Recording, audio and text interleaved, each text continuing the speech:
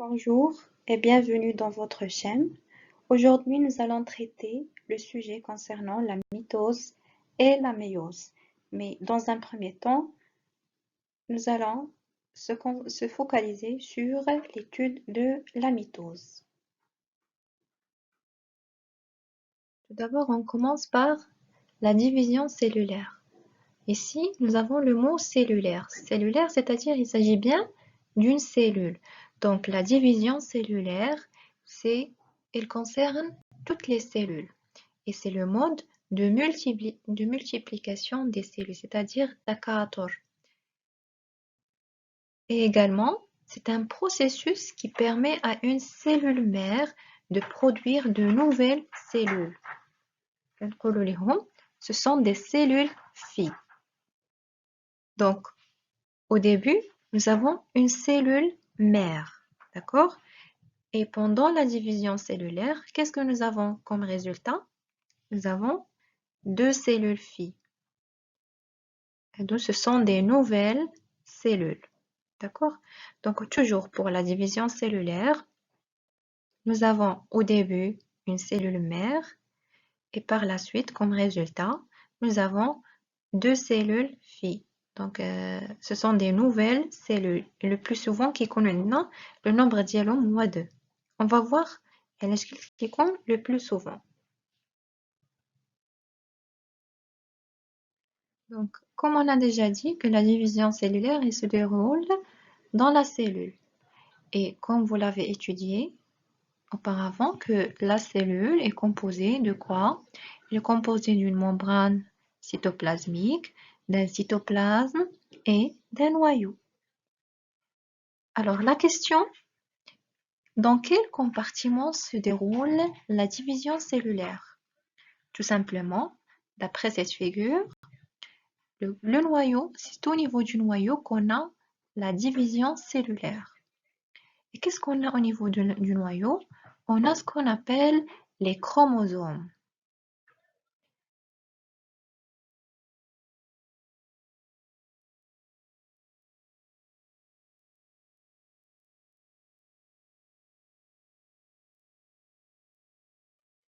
Alors, c'est quoi un chromosome? Un chromosome, c'est une structure microscopique qu'on trouve dans le noyau. Et comme le montre la figure, elle est sous forme de X. Elle est constituée de quoi? Elle est constituée d'ADN et de protéines. Alors, regardez cette figure. Un chromosome est composé de chromatides, comme ça, et de centromères. Et lorsqu'il s'agit, ou bien lorsqu'on a un chromosome avec une seule chromatide, on dit qu'il s'agit d'un chromosome à une chromatide.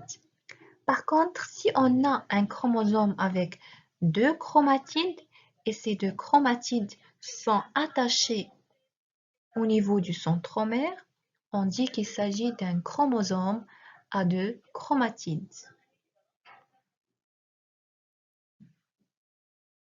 Nous avons deux types de division cellulaire. Nous avons la mitose et la méiose. Maintenant, on commence avec la première division cellulaire qui est la mitose. Alors ici, la mitose, il s'agit de la division de la cellule mère en deux cellules filles.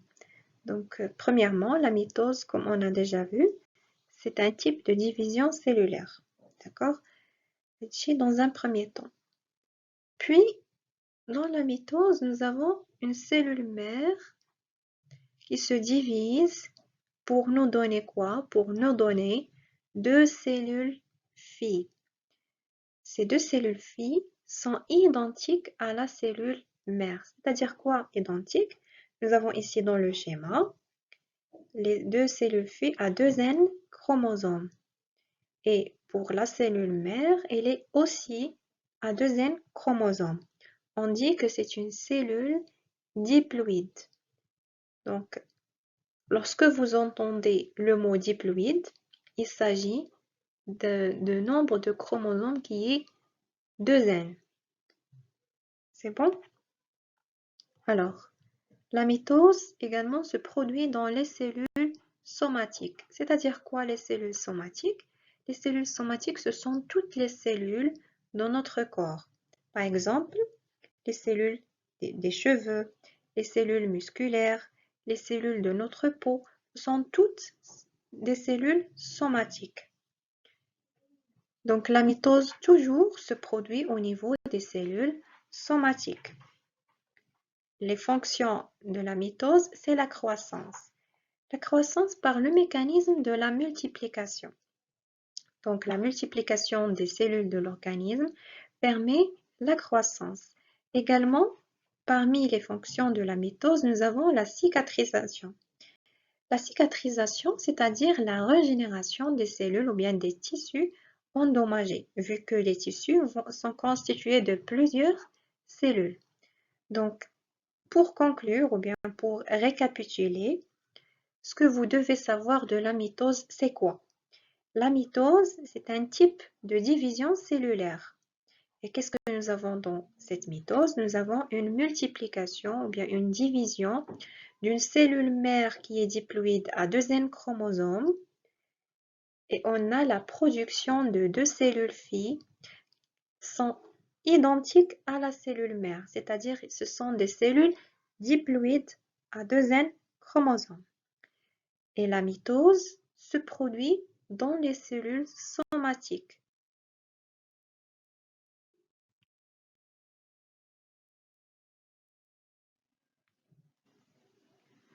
Alors, la mitose possède 4 étapes.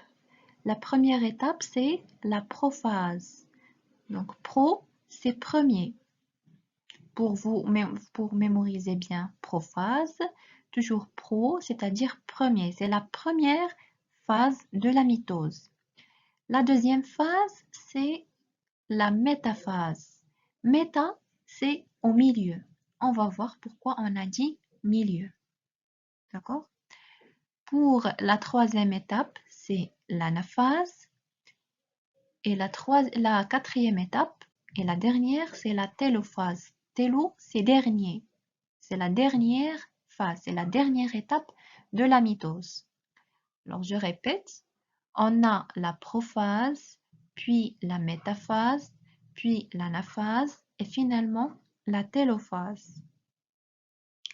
Alors, avant que la cellule commence sa mitose, il y a une autre phase, ou bien une autre étape qui précède la prophase, c'est-à-dire elle se trouve avant la prophase.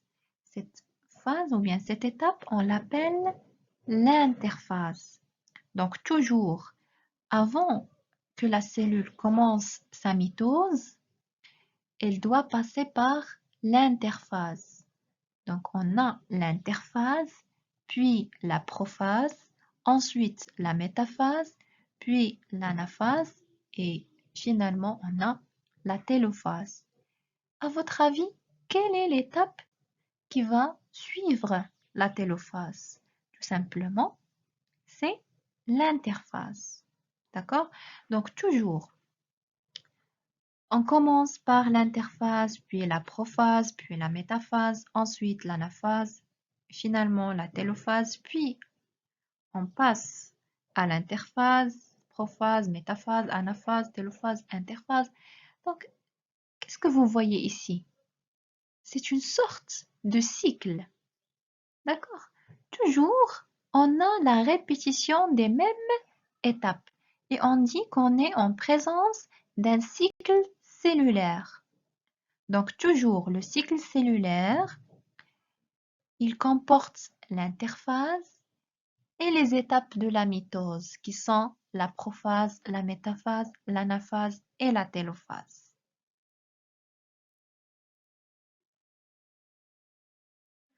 Alors, la cellule, avant d'entamer la mitose, elle passe par une étape qui est très importante, c'est l'interphase. Donc, à noter bien que l'interphase n'est pas une étape de la mitose. D'accord? C'est une faute qui durera les élèves bzef. Ils considèrent que l'interphase est une étape de la mitose, mais non. L'interphase est une étape بوحدها pendant laquelle qu'est-ce qu'on a? La cellule se prépare pour commencer la division cellulaire, pour commencer la mitose. Comment la cellule se prépare? Qu'est-ce qu'on a ici dans le schéma, dans ce schéma? On a un chromosome avec un seul chromatide. Et on a ici un dédoublement, une duplication ou une réplication de ce chromosome pour nous donner un chromosome avec 2 chromatides reliés par le centromère. Donc, je récapitule. Avant la mitose, la cellule passe par une étape très importante qui est l'interphase. Pendant l'interphase, la cellule augmente le volume ديالها يعني كتكبر. Elle se prépare. Comment elle se prépare? Par la duplication. تتضاعف لينا داك le chromosome كيولي لينا un chromosome double. Et on dit qu'elle double ses chromosomes ou bien elle duplique ses chromosomes ou bien le terme scientifique c'est la réplication. Il réplique ses chromosomes. C'est-à-dire le début, on dit un chromosome avec un seul chromatide. Mais la fin de l'interphase, qu'est-ce qu'on aura?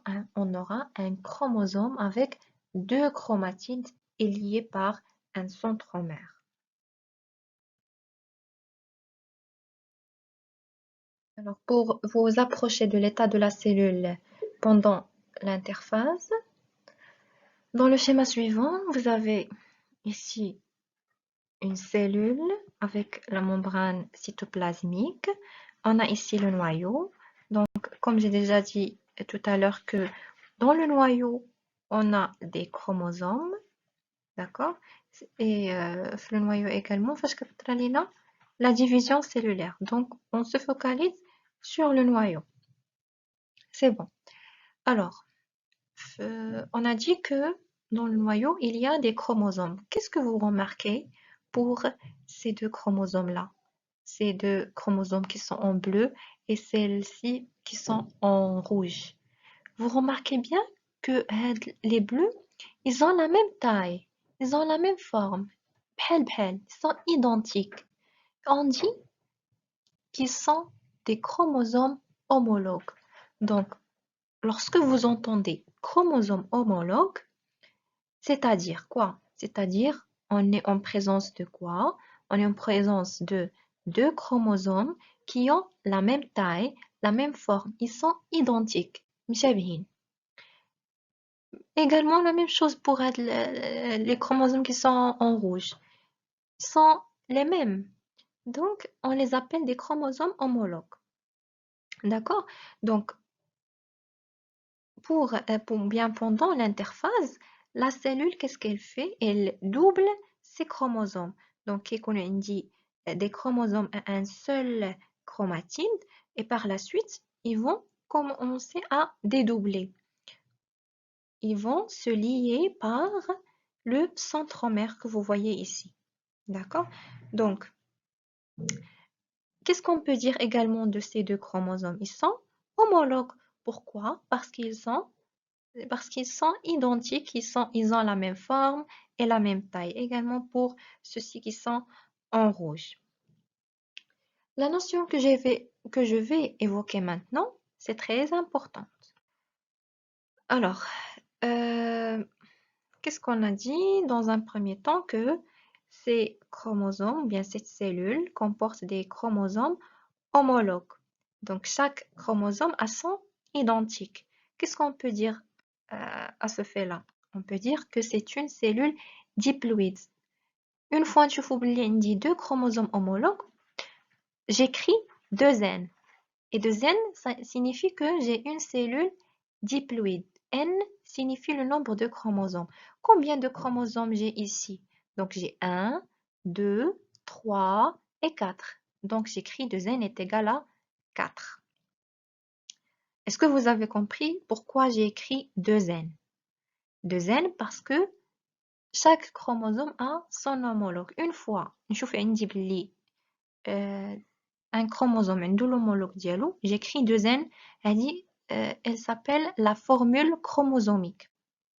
D'accord? Donc, في l'état, le deuxième cas, qu'est-ce que j'ai? Est-ce que j'ai des chromosomes homologues? Oui. Donc j'écris 2 N, même s'ils sont dédoublés. Je m'en fiche. Ok, ils sont dédoublés ou non.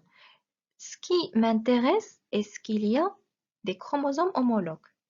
La réponse est oui, donc j'écris 2 N. Et je compte le nombre de chromosomes. Combien j'ai ici? J'ai 1, 2, 3 et 4. Donc j'écris 2 N est égal à 4. Et comment appelle-t-on la cellule qui a des chromosomes homologues? Ou bien la formule chromosomique d'une cellule qui est écrite en 2 N, on l'appelle une cellule diploïde. Avec N, c'est le nombre de chromosomes. Et le contraire, par exemple, je n'ai pas le schéma ici, mais je oralement. Par exemple, si j'ai le chromosome et celui-là, est-ce que je peux écrire 2 N? Non, parce que le bleu et le rouge, ils n'ont pas la même taille, ils n'ont pas la même forme, donc ils ne sont pas identiques. Donc j'écris la formule chromosomique N. N est égal à quoi? N est égal à 2. On dit un seul chromosome, celui-là. D'accord? Et la cellule était le nombre de chromosomes est égal à n est égal à un nombre quelconque, on l'appelle une cellule haploïde. Est-ce que vous avez compris pourquoi on dit que cette cellule est une cellule diploïde ou bien haploïde? Diploïde, car la formule chromosomique est égale à 2 N, donc on a 2 N chromosomes. Pourquoi 2 N? C'est-à-dire 2 chromosomes homologues. On dit la présence de 2 chromosomes qui ont la même taille, qui ont la même forme et ainsi de suite. La cellule haploïde, dans la cellule haploïde, il n'y a pas de chromosomes homologues.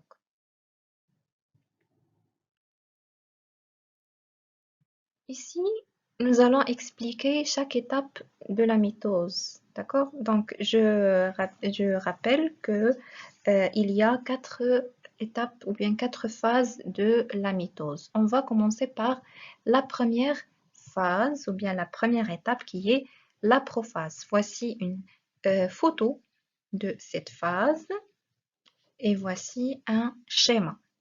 Donc,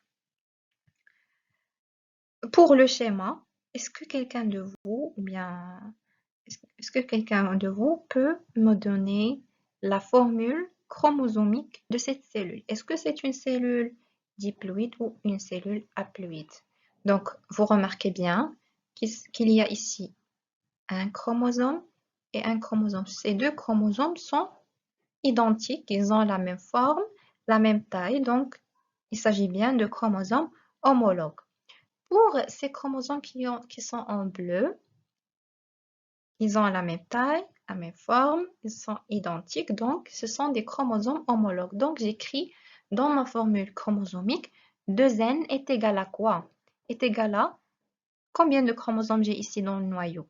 1, 2, 3, 4. Donc 2N est égal à 4. C'est une cellule diploïde. Alors, pendant cette phase, qu'est-ce que j'ai? C'est la prophase, c'est la première phase. On a une condensation, comme vous pouvez voir ici, condensation des molécules d'ADN sous forme de chromosomes à 2 chromatides. D'accord? On a ici des chromosomes à 2 chromatides. Pourquoi 2 chromatides? Parce que la cellule, avant de commencer à de la mitose, elle a passé par l'interphase. Et qu'est-ce qu'on a dit? Qu'est-ce qui se passe pendant l'interphase? Il y a des doublements du chromosome. Des doublements, c'est-à-dire le chromosome passe des chromosomes d'un seul chromatide à des chromosomes à 2 chromatides. C'est pour cela, ici, on a trouvé des chromosomes à 2 chromatides, c'est-à-dire des chromosomes dédoublés. La deuxième phase de la mitose, c'est la phase ou bien c'est la métaphase. Méta, c'est milieu. Pourquoi milieu? Pourquoi on l'a appelé milieu? Parce qu'on a un alignement des chromosomes sur ce plan. Le plan, on l'appelle le plan équatorial de la cellule. Et vous pouvez bien l'observer la cellule, la photo qui est prise par le microscope. Donc, on remarque bien qu'il y a un alignement des chromosomes sur le plan équatorial. C'est la phase, bien c'est l'anaphase. Qu'est-ce qu'on a dans l'anaphase? Ici, on a une cassure du centromère. Le centromère, c'est le fragment qui lie deux chromosomes entre elles. Donc, après avoir été alignés dans le plan équatorial, on a une cassure des centromères et migration, hijra, de quoi? Des chromatides de chaque chromosome à un pôle opposé de la cellule. Donc les chromosomes qui sont alignés sur le plan équatorial, sont attachés entre eux par le centromère. Dans l'étape de l'anaphase, le centromère il se casse, et après la cassure, qu'est-ce qu'on a comme résultat? Est-ce qu'on a une migration les chromatides de chaque chromosome. Donc vous remarquez bien, fait A, d'accord? Petit a, petit a. Donc on a une migration des chromatides de chaque chromosome. Le pôle opposé de la cellule. C'est des pôles. C'est un pôle et celui-là c'est un pôle. Vous pouvez le remarquer bien sur la photo. La quatrième phase, et c'est la dernière, c'est la phase, la télophase. Télo, c'est fin. Qu'est-ce qu'on a fait de la dernière phase? On a une séparation de la cellule mère en deux cellules filles. Voilà. Une séparation de la cellule mère en deux cellules filles génétiquement identiques. C'est-à-dire quoi génétiquement identiques? Ils ont la même information génétique. 2n est égal à 4. La cellule mère, il a 2n est égal à 4. Donc, obligatoirement, les deux cellules filles, ils auront la même formule chromosomique. Ils auront également 2n est égal à 4. C'est bon? Donc, je rappelle que pendant la mitose, qu'est-ce qu'on indique le début? Une cellule mère à 2n chromosomes, c'est-à-dire une cellule diploïde, et à la fin, on aura deux cellules filles qui sont diploïdes et ils sont identiques à la cellule mère, c'est-à-dire le même nombre de chromosomes qui comptent la cellule mère qu'elle a la cellule fille.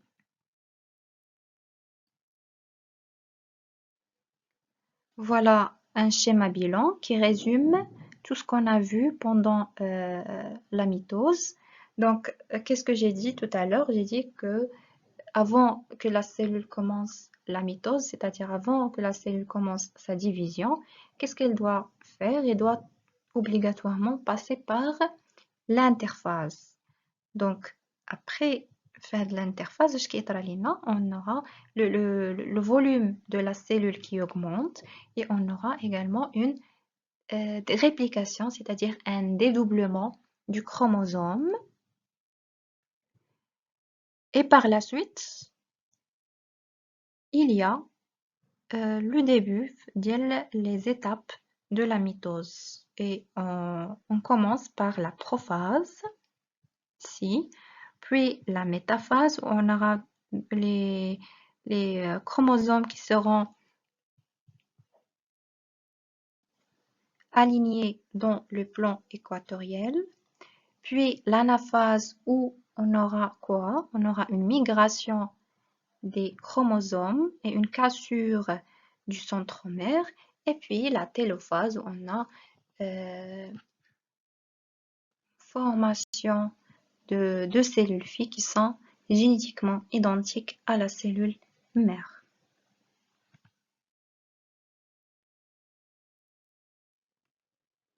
Alors maintenant, je vous propose une petite vidéo pour découvrir les étapes de la mitose et voir comment ça se déroule en une vraie cellule.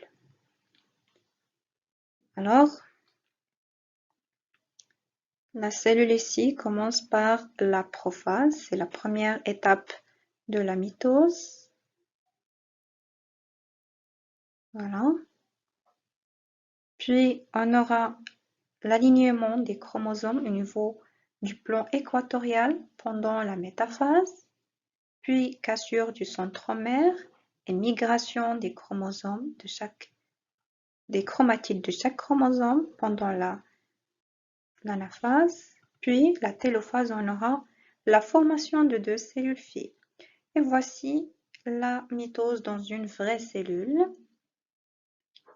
Donc, remarquez bien pour repérer les étapes. Ça, c'est l'interphase.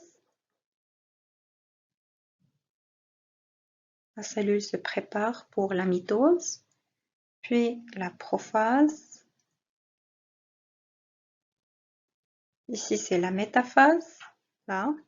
Puis, c'est l'anaphase, migration des chromosomes. Puis, c'est la télophase, on aura la formation de deux cellules filles identiques à la cellule mère.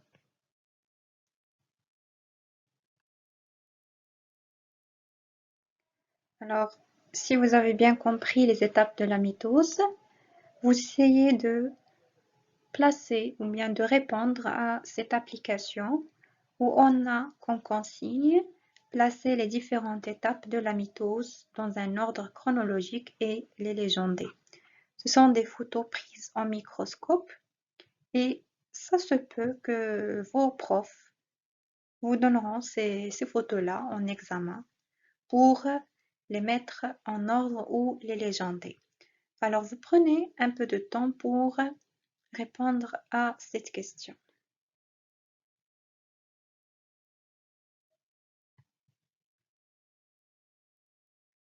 Alors, pour la réponse de notre application, ça, c'est l'interphase. Pourquoi j'ai mis que c'est la première phase et la première étape et pourquoi je l'ai nommée interphase? Parce que vous remarquez bien ici que le noyau de cette cellule, elle est de grande taille et il y a une condensation de l'ADN. Et voilà pourquoi je l'ai appelé interphase. Également, on aura un dédoublement des chromosomes pendant l'interphase pour commencer le nouveau cycle de la mitose qui commence par la prophase. Donc, ces deux photos-là, on aura ici le début de la prophase et ici, c'est la fin de la prophase. Pour la quatrième photo, c'est la métaphase parce qu'il y a un alignement des chromosomes sur le plan équatorial. Puis, on a le début de la migration des chromatides de chaque chromosome. C'est pour cela que je l'ai nommé le début de l'anaphase. Puis, on a la migration finale des chromatides de chaque chromosome. C'est pour cela que c'est la fin de l'anaphase. Puis, le début de la séparation de la cellule mère en deux cellules filles. Et ça, on a une formation de deux cellules filles. C'est pour cela que je l'ai appelé fin de la télophase. J'espère que vous avez compris la leçon d'aujourd'hui qui tourne autour de la mitose. Et si vous avez une question, n'hésitez pas à l'écrire dans les commentaires. La prochaine leçon sera ou bien portera le sujet de la méiose.